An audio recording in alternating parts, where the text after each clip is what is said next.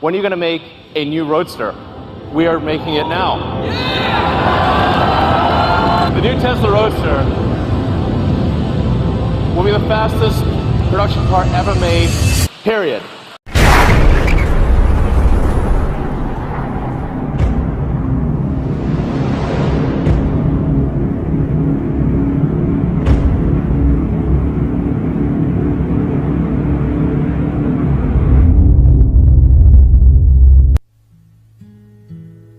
It's like Elon Musk has been beamed down from another planet to show us mortals how to run a company. If you consider two futures, one where we are forever confined to Earth until eventually something terrible happens, or another future where we are out there on many planets, maybe even going beyond the solar system, I think that second version is incredibly exciting and inspiring, and there need to be reasons to get up in the morning.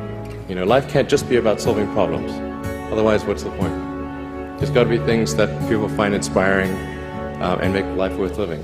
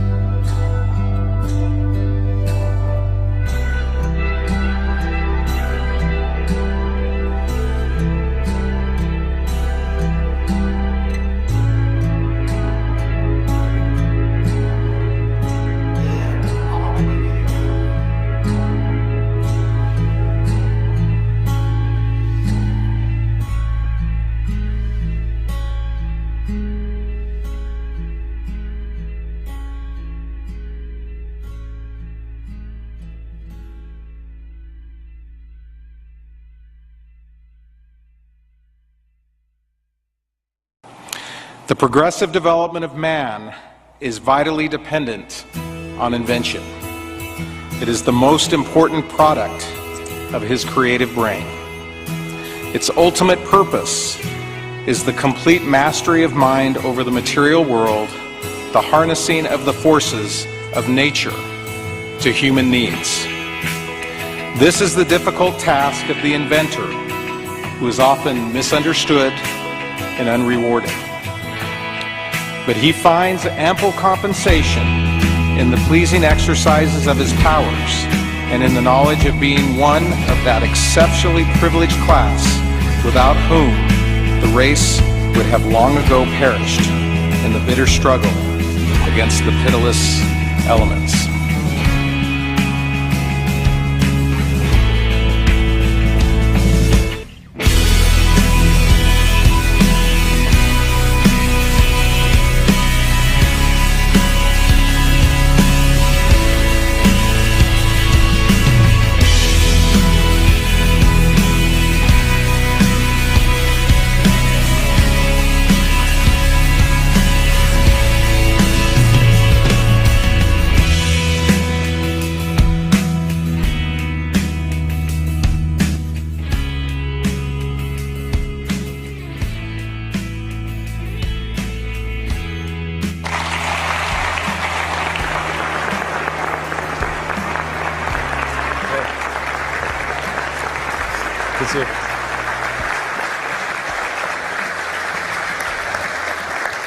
So good afternoon and welcome, Elon. Oh, I was going to take off my tie. Is that all right if I do that?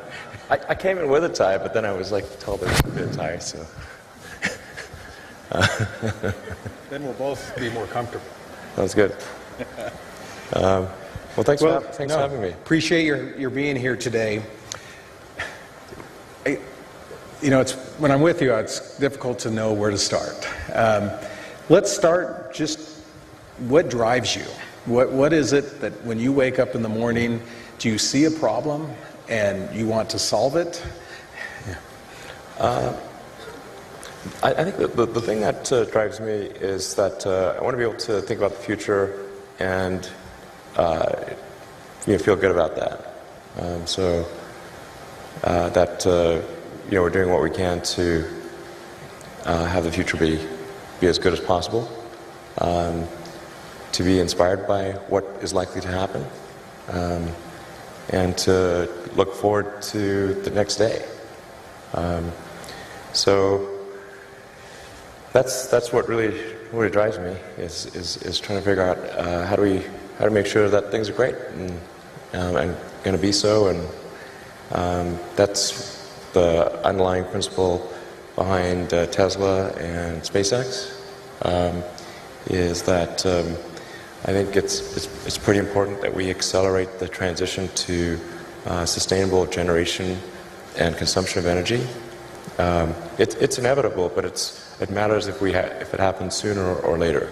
And then SpaceX is about helping make life multiplanetary, and doing what we can to continue the dream of Apollo, and ultimately make a contribution to life becoming multiplanetary.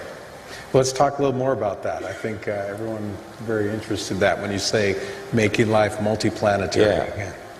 That's exciting. It is exciting. So what's your vision there? I think, particularly for Americans, think about America is a nation of explorers. People came here from other parts of the world that, chose to give up the known in favor of the unknown. So I think exploration, I think the United States is a distillation of the human spirit of exploration. And so that's why it appeals to Americans so much. You can see this when, say, there was a shuttle tragedy, and 7 people died, and that's terrible. But a lot of people die all the time. But why do we care so much? Because it was the dream of exploration that was dying along with those people. That's why. No, and I'm one of those, and probably like many of you, remember exactly where you were when that tragedy happened. So you have 30-plus governors here today, and we're very excited about your willingness to be with us. And you hopefully heard me talk a little bit about my initiative, which is being ahead of the curve. What do you tell us as governors? What should we be thinking about in terms of innovation and developing public policy for the future? Well, it sure is important to get the rules right. It's sort of, in terms of legislative and executive actions, it's sort of like, think of, say, like professional sports or something. If you don't have the rules right, if there isn't, if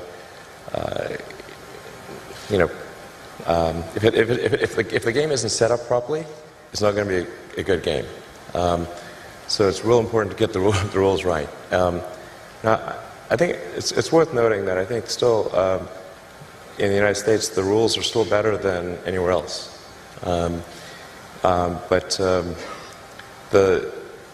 It's very easy to put something in place which is an inhibitor to innovation without realizing it.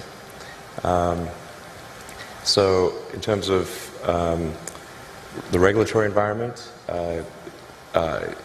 it's always important to bear in mind that regulations are immortal, and they never die unless somebody actually goes and kills them, and then they get a lot of momentum. So a lot of times regulations can be put in place for all the right reasons, but then nobody goes back and gets rid of them afterwards when they no longer make sense.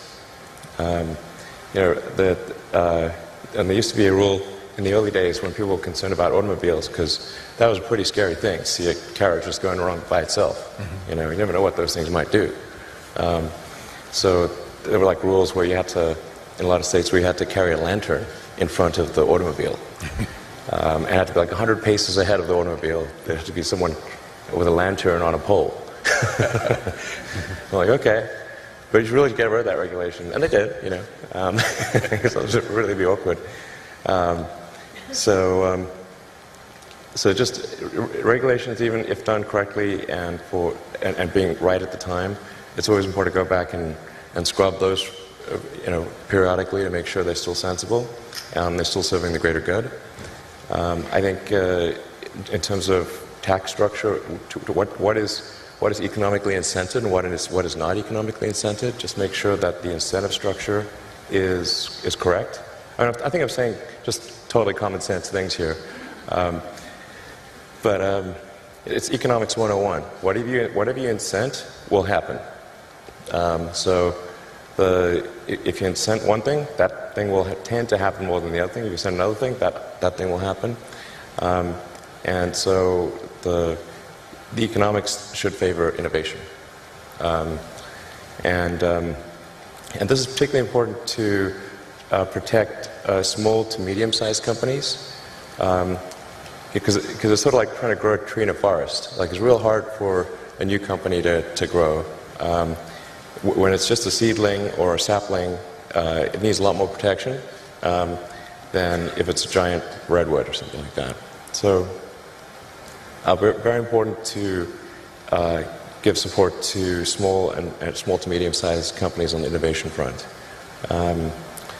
They're the ones that need it more than the big companies. And I think at this point Tesla's almost a big company, biggish company anyway. So I'd favor, you know, supporting smaller companies than Tesla, relatively speaking. What would your response be? Because there are critics out there with regard to incentives, and that, and you know, Tesla has been, and I can speak from experience, the beneficiary of incentives, economic incentives, with regard to the Gigafactory. Sure. What would you tell those people? Yeah, I think, well, first of all, as you know, those incentives were a little overstated. In the case of the Gigafactory, it's a $5 billion investment, capital investment, to get that factory going. And I didn't actually know this until, by the way, I didn't know this until we did the press conference. Actually, that over 20 years, the Nevada incentives added up to 1.3 billion. I actually didn't even know this. But it's, now he's telling. Go ahead. Literally, I learned it at the press conference. I'm like, really? No, but I mean, the thing is that they took what added up over 20 years and made it sound like Nevada was writing us a $1.3 billion check. And I'm still waiting for that check. Did it get lost in the mail? I don't know. But you know, this is the way the press works, of course. So if you divide 1.3 billion by 20, okay, then it's like, okay, Tesla's on average receives sort of a tax. It's basically sales and use tax abatement is what it amounts to. So Tesla gets like we get on the order of 50 to 60 million of sales and use tax abatement divided over 20 years. But this is for something which has a $5 billion capital cost just to get going, and then would have to generate about $100 billion over that period of time to achieve a $1.3 billion tax benefit. So essentially, it's a little over 1% over that period of time, and that's great, okay. But it's not, you know, it's not like it's not the way it was characterized in the press. Because if it's put in the proper context, it sounds like, okay, well, that's neat, you know. It's about 5% helpful on setting up the factory and about 1% helpful over the next 20 years. Cool. That actually sounds pretty reasonable. Yeah. So that was helpful, but there are a lot of other factors as well. We actually had slightly bigger incentive packages from some other states that were offered, but we factored in how quickly could we get the Gigafactory into operation? What were the risks associated with that progress? What would be the logistics costs over time of transferring battery packs and powertrains to a vehicle factory in California? And all of those factors weighed together is what led us to make the decision in favor of Nevada. And working with your team was great. It was very forward-leaning. And like a big part was also just like making sure you feel really welcome, within the state. That's sort of what led us to make the decision for the Gigafactory. And then we have another factory in New York doing solar panels. Also, actually, will be the biggest solar panel producer in North America when it's done. And then we expect to establish probably at least 2 or 3 more gigafactories in the U.S. in the next several years, as well as a couple overseas. But the overall objective of Tesla is really what set of actions can we take to accelerate the advent of sustainable production and consumption of energy. I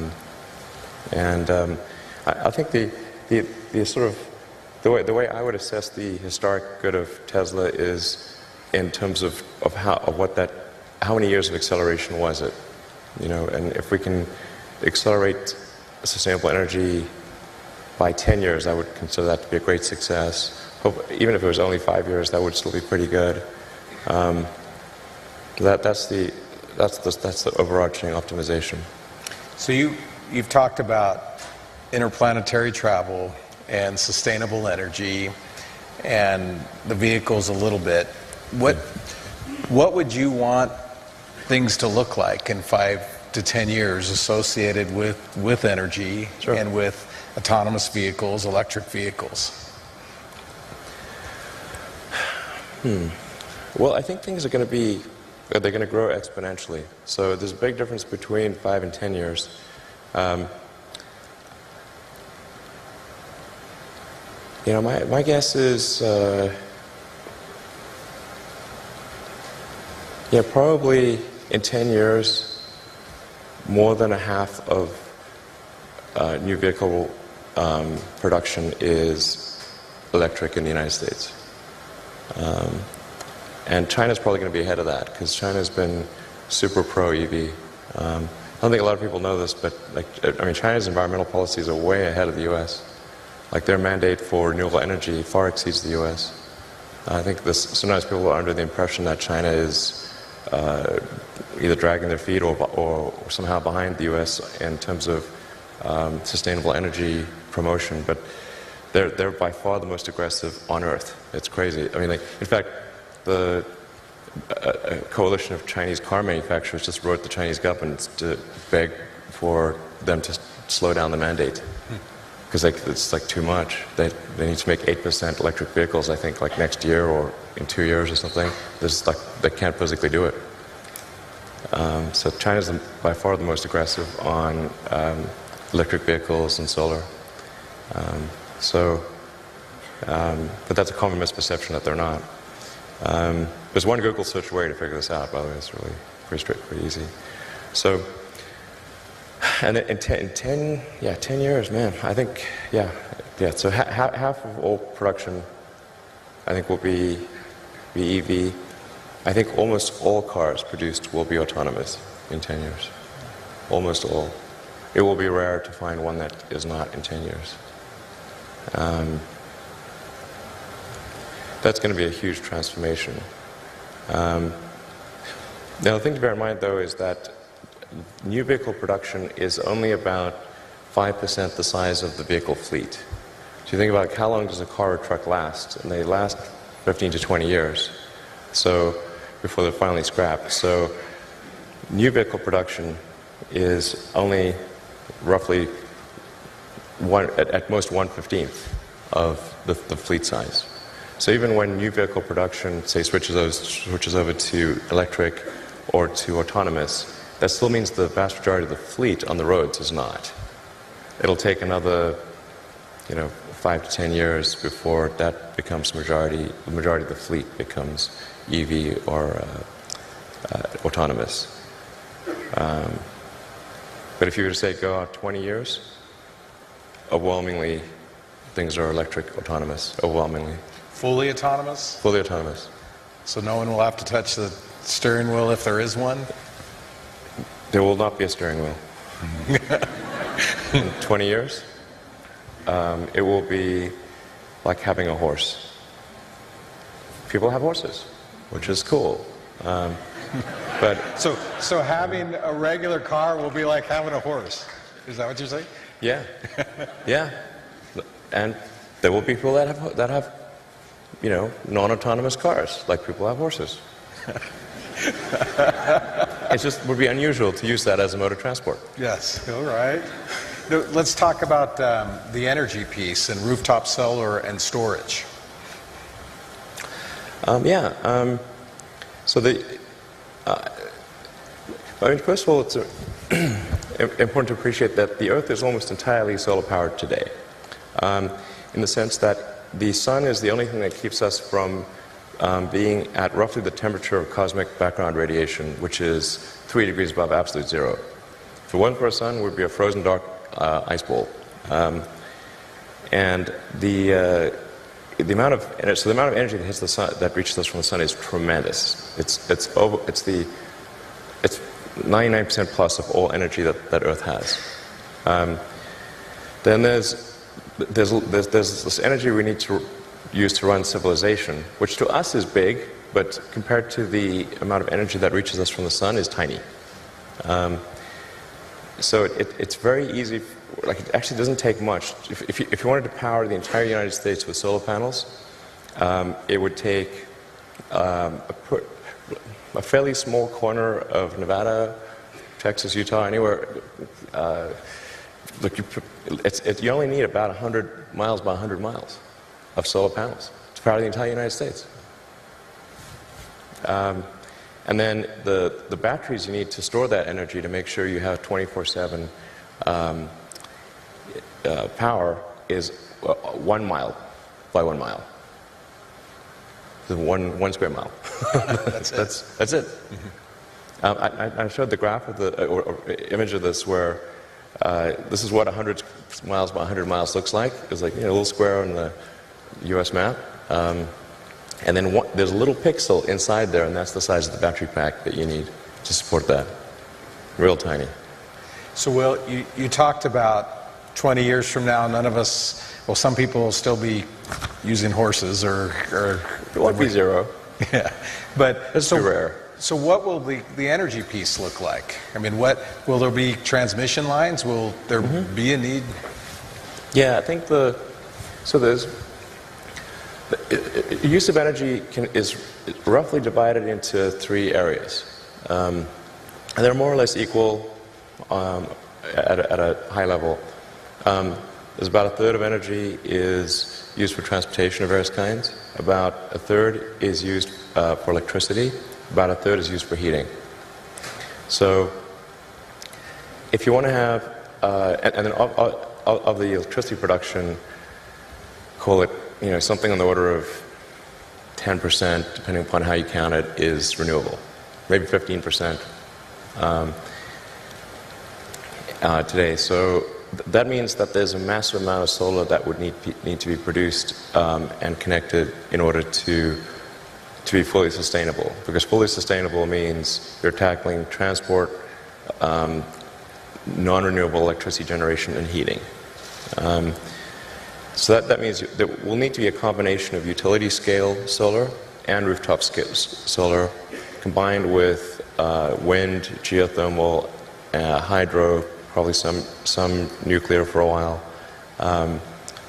in order to transition to a sustainable situation. Which means, really, for the most part, massive growth in solar. And it's going to be important to have rooftop solar in neighborhoods because otherwise there'll need to be massive new transmission lines built. And people do not like having transmission lines go through the neighborhood. They really don't like that. And I agree. So you want to have some localized energy production combined with utility. So you want rooftop solar, utility solar, and that's really going to be the solution from a physics standpoint. But I can't see any other way to really do it.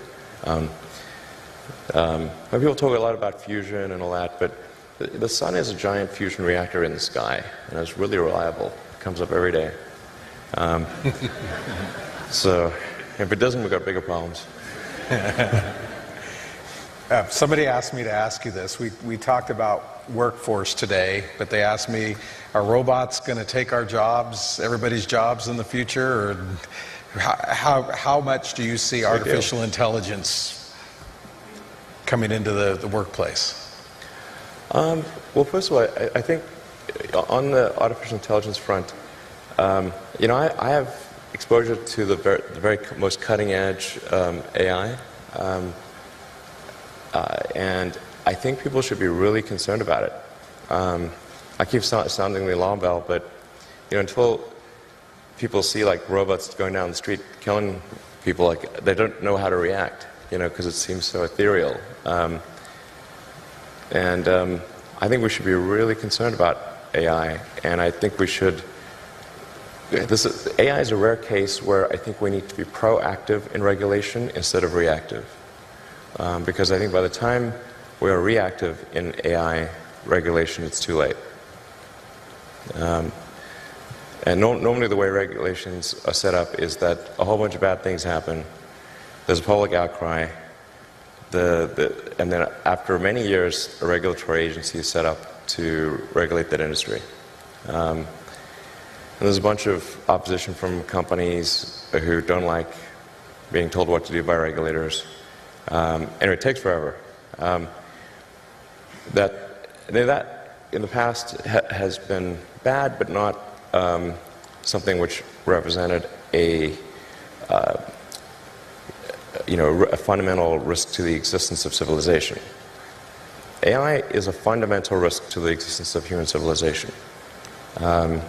In a way that car accidents, airplane crashes, faulty drugs, or bad food were not. They were harmful to a set of individuals within society, of course, but they were not harmful to society as a whole. AI is a fundamental existential risk for human civilization, and I don't think people fully appreciate that. It's not fun being regulated. It's not, it can be pretty irksome, but in the car business, we get regulated by Department of Transport, by EPA, and a bunch of others, and there's regulatory agencies in every country. In space, we get regulated by FAA, but if you ask the average person, hey, do you want to get rid of the FAA and just like take a chance on manufacturers not cutting corners on the aircraft because profits were down that quarter? I was like, hell no. That sounds terrible. So I think even people who are pretty extremely like libertarian free market, they'd be like, yeah, we should probably have somebody keeping an eye on the aircraft companies, making sure they build a good aircraft and good cars and that kind of thing. So I think there's a role for regulators. That's very important. And I'm against overregulation for sure. But man, I think we better get on that with AI pronto. So there'll certainly be a lot of job disruption. Because what's going to happen is robots will be able to do everything better than us. I'm including, all of us, Yeah, I'm not sure exactly what to do about this. It's like this is really like the scariest problem to me, I'll tell you. Yeah, so I really think we need government regulation here, just because this is, ensuring the public good is served. Because you've got companies that are racing, that they kind of have to race to build AI, or they're going to be made uncompetitive. Essentially, if your competitor is racing to build AI and you don't, they will crush you. So then you're like, we don't want to be crushed. So, I guess we need to build it too. That's where you need the regulators to come in and say, hey guys, you all need to really, just pause and make sure this is safe. And when it's cool and and the regulators are convinced that it's safe to proceed, then you can go. But otherwise, slow down. But you kind of need the regulators to do that for all the teams in the game. Otherwise the shareholders will be saying like, hey, why aren't you developing AI faster? Because your competitor is. I'm like, okay, we better do that. Anyway, so it's like, there's like something like 12% of jobs are transport. Transport will be one of the first things to go fully autonomous. But when I say everything, like the robots will be able to do everything, bar nothing. Let's move back to you're rolling out the Model 3 this year, right? Mm-hmm. And how many orders? What is that going to look like? Yeah, it's going well on that front. We got, I don't know, more. I think like if somebody orders a Model 3 today, they'd only get it probably late next year. We just started production. Made the first production unit last week. The thing that is not well appreciated about something about cars and any kind of new technology is how hard it is to do the manufacturing.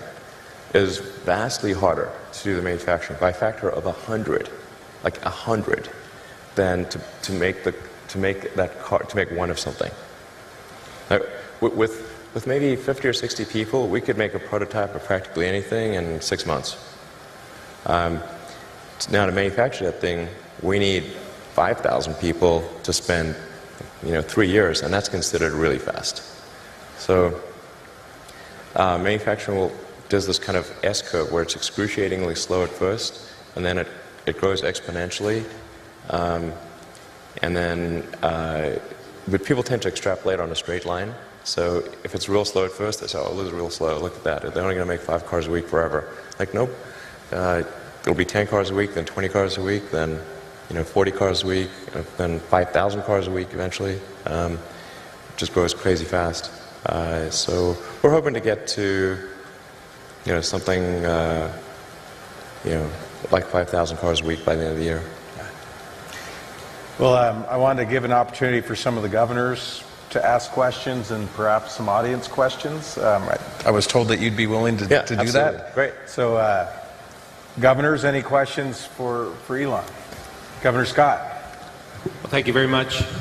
We in Vermont have partnered with Tesla in terms of a power pack in our homes, and it's for $15 a day. You can rent this for 15 years, and it'll carry power as a backup generation device for 12 hours, and it's been really, really interesting from my perspective.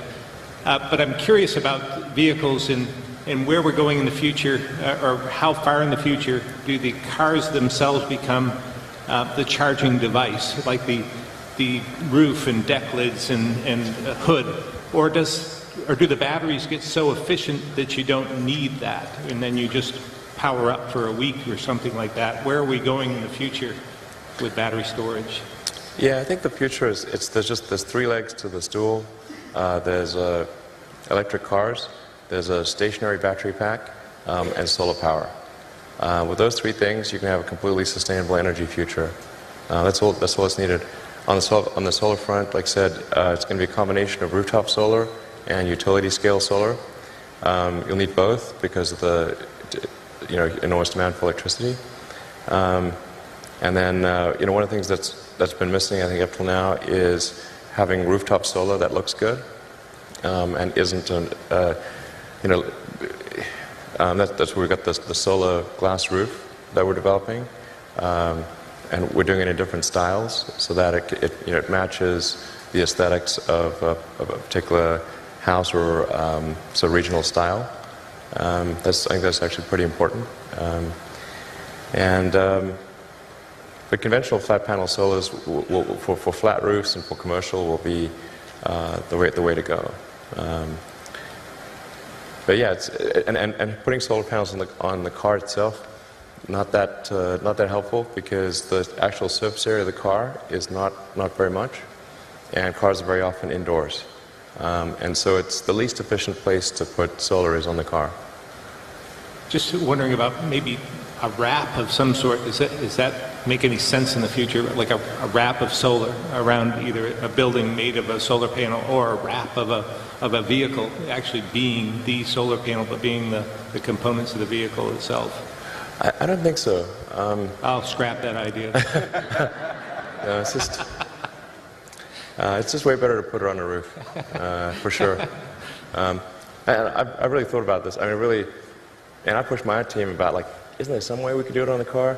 I mean, technically, if you have like some sort of transformer-like thing which will pop out of the trunk like a hard-top convertible and just like ratchet solar panels over the whole surface area of the car, extending like for the entire, say, square footage of a parking space, provided you're in the sun, that would be enough to generate about 20 to 30 miles a day of electricity, but that is for sure the expensive, difficult way to do it.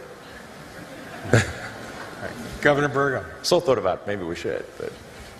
Elon, thanks for being here. With your background in payment systems, you understand the important role of security and transactions. Yeah. Now that you've got... I think security is cybersecurity. Yes, and in the vehicles you're building now are incredibly complex software systems. I mean, the car is really a rolling piece of software. It is. It's like a laptop on wheels. Yes. So share with us a little bit about your thoughts on cybersecurity and how we protect. You talked about protecting society when you've got a rolling fleet of... I think one of the biggest risks for autonomous vehicles is somebody achieving a fleet-wide hack. You know, in principle, if somebody was able to hack, say, all of the autonomous Teslas, they could say, I mean, just as a prank, they could say, like, send them all to Rhode Island from across the United States. And they'll be like, well, okay, that would be the end of Tesla. And there'll be a lot of angry people in Rhode Island, that's for sure. So we got to make super sure that a fleet-wide hack is basically impossible, and that if people are in the car, that they have override authority on whatever the car is doing.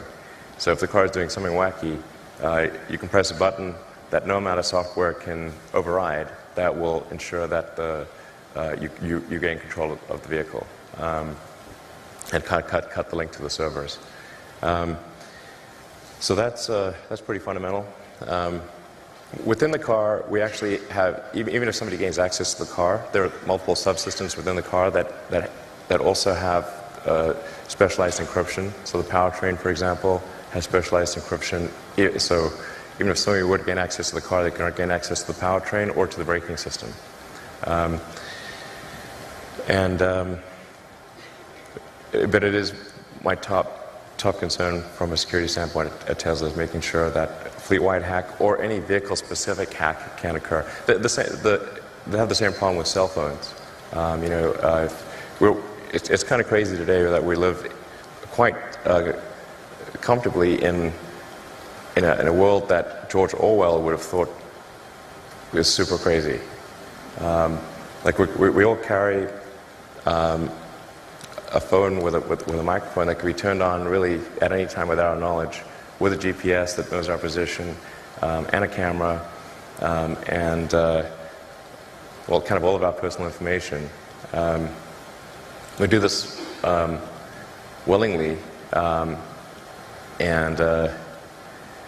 it's kind of wild to think that that's the case. So the phone, like Apple and and Google kind of have the same challenge of making sure there cannot be a fleet-wide hack or a system-wide hack of phones, or a specific hack. So that's our top concern. Yeah, it's going to become a bigger and bigger concern. I think Tesla's, I don't want to tempt fate here, but Tesla's pretty good at software compared to the other car companies. So I think it's going to be a bit like an even bigger challenge for the other car companies to ensure security. Yeah. Thank you. Governor Dugard. Thank you, Governor. Mr. Musk, thank you for speaking to all the governors today. It's an honor to have you here. One question I had, we saw when gasoline prices went to $3.50 a gallon, there was a big jump in interest in hybrid vehicles, sure. and you saw those vehicles become very much in demand, and then as gasoline prices have fallen, you've seen a reversal of that. And I'm wondering to what extent you have a concern about the future of electric vehicles in the face of those very low prices. Can you speak to that? Well, the economics, they kind of set the slope of the curve. So there's no question in my mind whatsoever that all transport, with the ironic exception of rockets, will go fully electric. Everything. Planes, trains, automobiles. Well, a lot of trains are already electric. All ships. But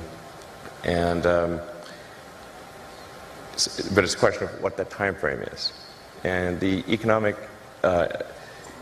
incentive structure drives that time frame. That's really what it amounts to. And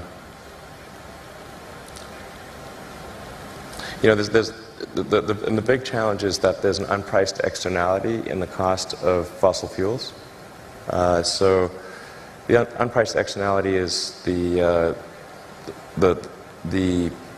probability weighted harm of changing the chemical constituency of the atmosphere and oceans. Since it is not captured in the price of gasoline, it does not drive the right behavior. It would be like if tossing out garbage was just free, and there was no penalty. You just do as much as you want. Then, streets would be full of garbage.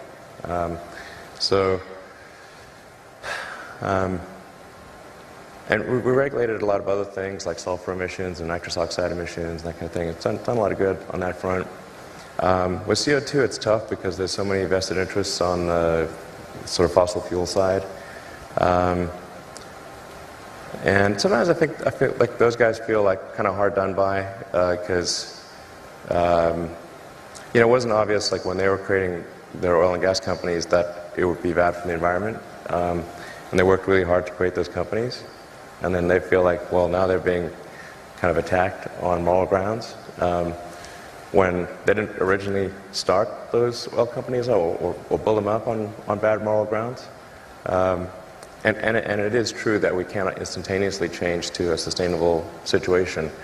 But then those guys will also fight pretty hard to slow down the change. And that's really where I think is morally wrong.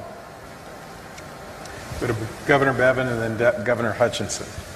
Then we'll take a couple, and then Governor Hickenlooper, and then we'll take some audience questions. Governor Bevin. Elon, thank you for being here. The short version of the question, and then slightly longer. The short version is, do you ever feel pressure by others' expectations of you and your endeavors in light of the progress you've made thus far? Is the short version. And more specifically, when you look just at Tesla alone, and you look at a company with a $54 billion valuation, right. And seemingly by typical market metrics, no justifiable reason for that. What are you saying? I'm just saying, I'm curious. Sir. I'm just, in all seriousness, do you feel a concern ever that your intellect and your intellectual curiosity and your ingenuity cannot be matched by those that are trying to commercialize it? Does that ever affect how you think or decisions that you make? Well, It is actually, I find it quite tough when there are very high expectations. I try to actually tamp down those expectations as to be possible. In fact, I've gone on record several times as saying that the stock price is higher than we have any right to deserve. And that's for sure true based on, where we are today and have been in the past. So the stock price obviously reflects a lot of optimism about where Tesla will be in the future. And now the thing that makes that, quite a difficult emotional hardship for me is that, those expectations sometimes get out of control. And I hate disappointing people, and so I'm trying real hard to meet those expectations, but that's pretty tall order, and a lot of times it's really not fun, I have to say. A whole lot less fun than it may seem. So, yeah. I mean, I don't ever sell any stock unless I have to for taxes. So, I've said publicly, I'm not going to take money off the table. I'll be last. I'm going down with the ship. So I'll be the last to do it. Yeah, I mean, it's. Oh, I really wouldn't recommend anyone start a car company. I really wouldn't recommend it. It's not a recipe for happiness and freedom. Thanks, Governor Bevin. Governor Hutchinson. Mr. Musk, Asa Hutchinson from Arkansas, thank you for your frank observations about exploration. I look at the spirit of invention and the spirit of exploration, which is really the hallmark of America. What is your comment on NASA, its mission? I was in Congress, I supported NASA, but I always feel like it's floundering, does not have the support of the American people that's needed. What's your comment on NASA, its mission, and what advice would you give us? Sure. Well, first of all, I should say I'm a big fan of NASA. In fact, at one point, my password was "I love NASA." Literally, that was my password. I think NASA does a lot of good things for which it doesn't get enough credit, and that the public, I guess, doesn't know that much about. Most members of the public, they're not really into hard science. It's not the thing they're tuning in for most of the time. I love hard science, but it's not that popular. So, but there's great things in terms of the telescopes like the Hubble and the James Webb and the rovers on Mars, and the probes to the outer solar system. Those are all really great things. But to get the public excited, you've got to get people in the picture.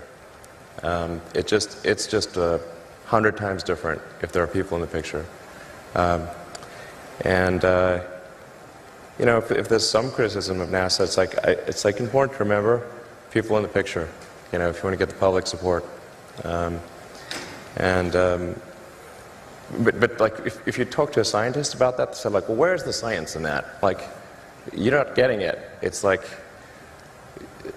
that's not why people are giving you money. It's a little bit of the reason, but the serious scientists are people just make things more expensive. Why do we have people? Okay, well, why do we have people at all? Or anywhere? Sometimes the scientists are the ones who just don't understand. Even though they're smart people, but so you got to have something that's gonna fire up fire people up and get them really excited. And I think if we had a serious goal of having a base on the moon and sending people to Mars, and said, okay, we're going to be outcome oriented. How are we going to do this? Okay, we got to change the way contracting is done. You can't do these cost plus sole source contracts. because then the incentive structure is all messed up. So as soon as you don't have any competition, well, okay, there's no the sense of urgency goes away. And as soon as you make something a cost-plus contract, you're incenting the contractor to maximize the costs of the program because they get a percentage. So they never want that gravy train to end, and they want to make it, they become cost maximizers. And then you have good people engaged in cost maximization because you just gave them an incentive to do that and told them they'll get punished if they don't. Essentially, that's what happens. So it's critically important that we change the contracting structure to be a competitive commercial bid, make sure that there are always at least two entities that are competing to serve NASA, and that the contracts are milestone-based with concrete milestones. PowerPoint presentations do not count. Like everything works in PowerPoint. Okay, you can say, I have a teleportation device. Look, here's my PowerPoint presentation. So milestone-based, competitive commercial contracts with competitors, and then you've got to be prepared to fire one of those competitors if they're not cutting it, and recompete the remainder of that contract. And by the way, NASA's actually already done this, and they did it with the commercial cargo transportation to the space station. And that was a case where NASA, NASA actually, I'm not sure if they thought it would work or not work, but they didn't have the budget to do anything else. So they're like, okay, we're going to try this competitive commercial milestone-based contracting, and it worked great. And they awarded it to two companies, to SpaceX and a company called Kistler. And SpaceX managed to meet the milestones. Kistler did not, so then NASA recompeted the remainder of the contract to Orbital Sciences, but then Orbital Sciences got across the finish line. So now NASA's got two suppliers for taking cargo to the space station, and it's a great situation. Same thing for commercial crew to the space station. NASA competed that. In the commercial crew case, it's SpaceX and Boeing. And I think that's also a good situation. So now, like I can tell you, like the SpaceX team is like, we're going to do this before Boeing. That's for sure. And then like I bet at the Boeing team, they're like, we're going to do this before SpaceX. That's good. It's a good forcing function to get things done. I can't tell you how important that contracting structure is. That is night and day. There's way too much in government which is where it's a sole source cost-plus contract. That just, again, economics 101, whatever you incent, that will happen. And people shouldn't be surprised. It's like, oh, you just, said, okay, if that company manages to find some excuse to double the cost of the contract, they're going to get double the profit because they're getting a percentage. So they can do exactly that. And also, they're not going to say no to requirements. So the government will come up with some set of requirements. 90% of them could make a lot of sense, and 10% of them are cockamamie that double the price of the project. For those 10% of cockamamie requirements in a cost-plus contract, the contractor will always say yes.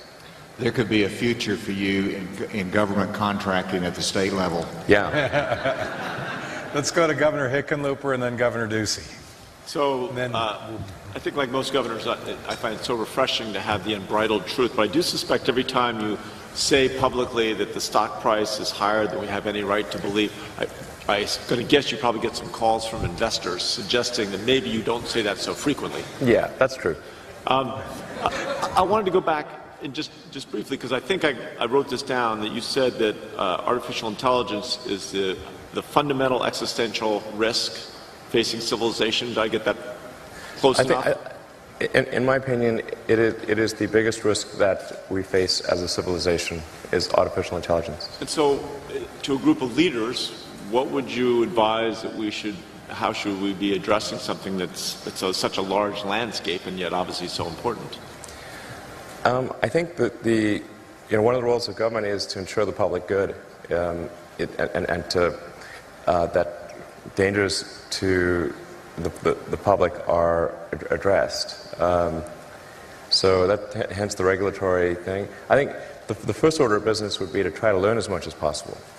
To understand the nature of the issues, to look closely at the progress that is being made and the remarkable achievements of artificial intelligence. I mean, last year, Go, which is quite a difficult game to beat, that people thought would never be beaten with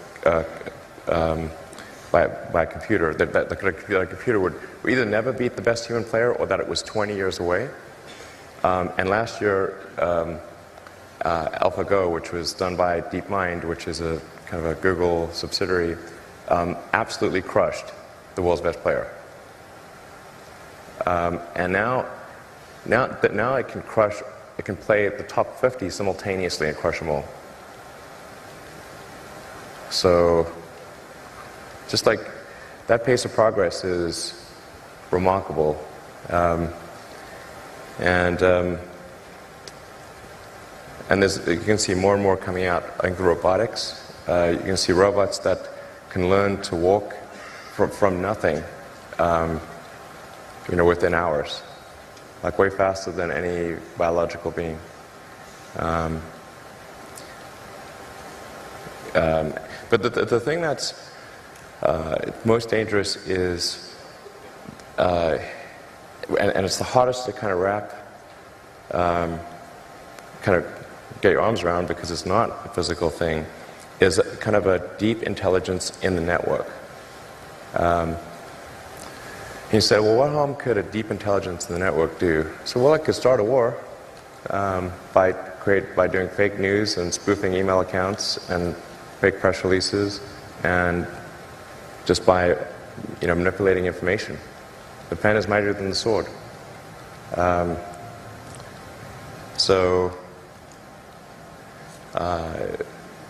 mean, as an example, I want to emphasize, I do not think this actually occurred. This is purely a hypothetical that I'm digging my grave here. But there was that second Malaysian airliner that was shot down on the Ukrainian-Russian border, and that really amplified tensions between Russia and the EU in a massive way. Well, let's say if you had an AI that was where the AI's goal was to maximize the value of a portfolio of stocks. One of the ways to maximize value would be to go long on defense, short on consumer, start a war. And then how could it do that? Well, hack into the Malaysian Airlines aircraft routing server, route it over a war zone, then send an anonymous tip that an enemy aircraft is flying overhead right now. Let's go to Governor Ducey, and then we'll have, after Governor Ducey, we'll finish our gubernatorial questions, and then 2 questions, and quick questions, or 1 audience question, and then we'll be done. We're running short on time. Governor Ducey. Thanks, Elon. I really enjoyed your comments today. And as someone who has spent a lot of time in his administration trying to reduce and eliminate regulations, I was surprised by your suggestion to bring regulations before we know exactly what we're dealing with AI. And I've heard the example used, if I were to come up with a colorless, odorless, tasteless gas that was explosive, people would say, well, you have to ban that, and then we'd have no natural gas. So you've given some of these examples of how AI can be an existential threat, but I still don't understand as policymakers what type of regulations beyond slow down, which typically policymakers don't get in front of entrepreneurs or innovators. Well, I think the first order of business would be to gain insight. Right now, the government does not even have insight. And I think the right order of business would be to stand up a regulatory agency, initial goal, gain insight into the status of AI activity, make sure the situation is understood. Once it is, then put regulations in place to ensure public safety. That's it. And for sure, the companies doing AI will, most of them, not mine, will squawk and say, hey, this is really going to stifle innovation, blah, blah, blah, it's going to move to China. It won't. And it won't, because has Boeing moved to China? Nope. They're building aircraft here. Same on cars. And so the notion that if you establish a regulatory regime, that companies will just simply move to countries with lower regulatory requirements is false on the face of it, because none of them do. Unless it's really overbearing, but that's not what I'm talking about here. I'm just talking about, making sure that there is awareness at the government level. I think once there is awareness, people will be extremely afraid, as they should be. All right, one audience question. We'll take the first hand that came up. Right here. Thanks, Elon. Ina Fried with Axios. Early on in this administration, you had argued pretty vociferously that it was best to engage and better to be in the room than not be in the room. Then when the president decided to pull out of Paris, you said that was kind of the last straw and you were going to drop off. Mm-hmm. What drove you to that? And if you were still speaking to him today, what would you say to the president? Well, I thought it was worth doing, trying hard to to do what's worth. It was worth trying. I got a lot of flack from multiple fronts for even trying. When some guy ran at billboards and attacking me and full-page ads in the New York Times and whatnot, just for being on the panel, and in every meeting I was just trying to make the arguments in favor of sustainability and sometimes other issues, like we need to make sure that our immigration laws are not unkind or unreasonable, did my best. And I think in a few cases I did actually make some progress, which gave me some encouragement to continue. But then I just really think that the Paris Accord, man, if I stayed on the councils, then I'd be essentially saying that wasn't important, but it was super important, because I think a country needs to keep its word, and it's not even a binding agreement. So we could always slow it down. The argument that there would be job losses, well, we could see if there are job losses before we exit the agreement, and maybe there won't be job losses. Maybe there'll be job gains. But yeah, there's just no way I could stay on after that. So, did my best. All right. All right, well, everybody, if you would please join me in thanking Elon for being here today. All right. Thank you. Thank you.